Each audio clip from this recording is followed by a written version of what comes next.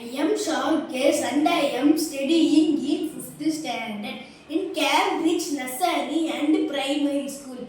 I have been learned Silambam for 9 months.